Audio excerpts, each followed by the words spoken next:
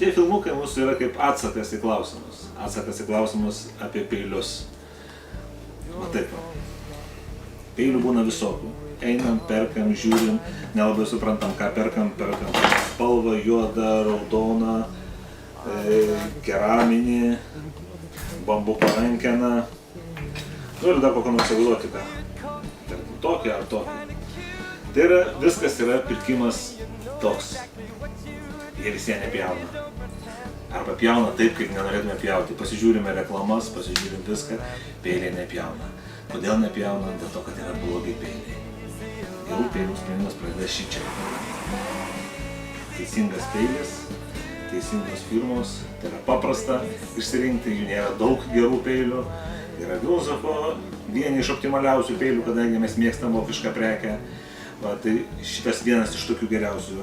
Jie turi arba geresnės serijas, arba pigesnės serijas.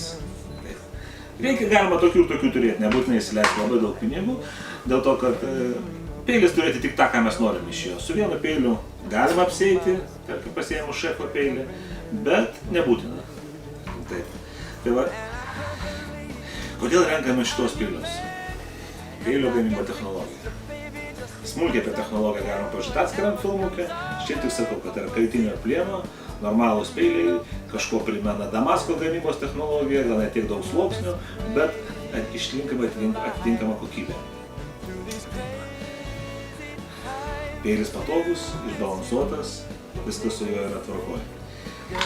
Pradėti sekantis žingsnis pradedam nuo teisingos eksploatacijos. Kad nevargsiu peiliais galanda. Net ne galanda, galima taip sakyti, net ne galanda. Tik pataisom mašinas. Pasiemam galastuvą, vis tiek galastuvų vadinasi, bet jis skirtas ne galas peilį, nes peilį užleisti negalima. Peilis turi būti prižiūrimas, kiekvienas sykį prieinamas. Tai yra, jeigu prieinam laiku, tada su juo yra viskas tvarkoje. Reikia prieiti prie to galandimo pataisymo, tiksliau sakant. Prieiti kiekvieną sykį, pradedam dirbti, pasiimam galastuvą, geriausia imti to paties gamintojo kaip ir šitas, viskas yra įspręsta, visos problemos yra žinomos. Paėmėm galastuvą, kelis sykius brūkštelėjom. Švelniai, gražiai, nes peilis yra prižiūrimas, ten peilių yra 3 metai, jis įpjauna normaliai. Pasižiūri šitaip, kaip testas pas mus yra toksai. Visą laiką sakau, viskas yra gerai matosi. Paėmėm, pjovėm, viskas, pjauna kaip Lietuva. Taip ir turi būti su peiliu. Pasiimam produktą, šiaip dar kaip apie pjaustymo lenteles. Jokių būdų jokio stiklo. Medis yra gerai, bet su kvapais ir priežiūra yra problema. Indaplovės, visa kita netinka. Mes rekomenduojame lenteles plastikinės, skirtas tam. Jeigu pjaustom pomidorą ar šiaip kažką tai, kas įskiria skystį, lentelės su grioveliu.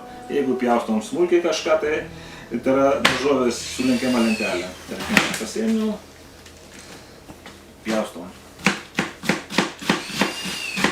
Pjaustosi paprastai, lengvai. Paprasčiausias dedi, eina. Kaip tu nelaikytum, nieko jokio gudrumo nereikia. Nereikia būti 20 metų vėjų, pjaustosi viskas lengvai, dėl to, kad peilis yra normalus. Pasiėmam bliūdą. Dar sykį garos lentelės privalumas. Subėrėm. Viskas nukrito. Niekas aplinkų neprisibarstė, jokio braukimo, viskas. Tai yra geros lentelės privalumai.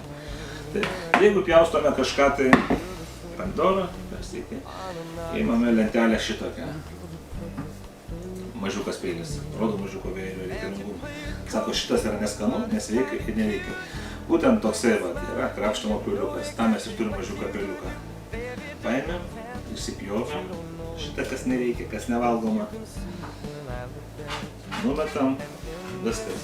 Toliau šitas obuoliams tas pats, grįžtukams išsiimti tas pats. Tai va tokie mažiukai peiliukai, kam jie yra man patinka.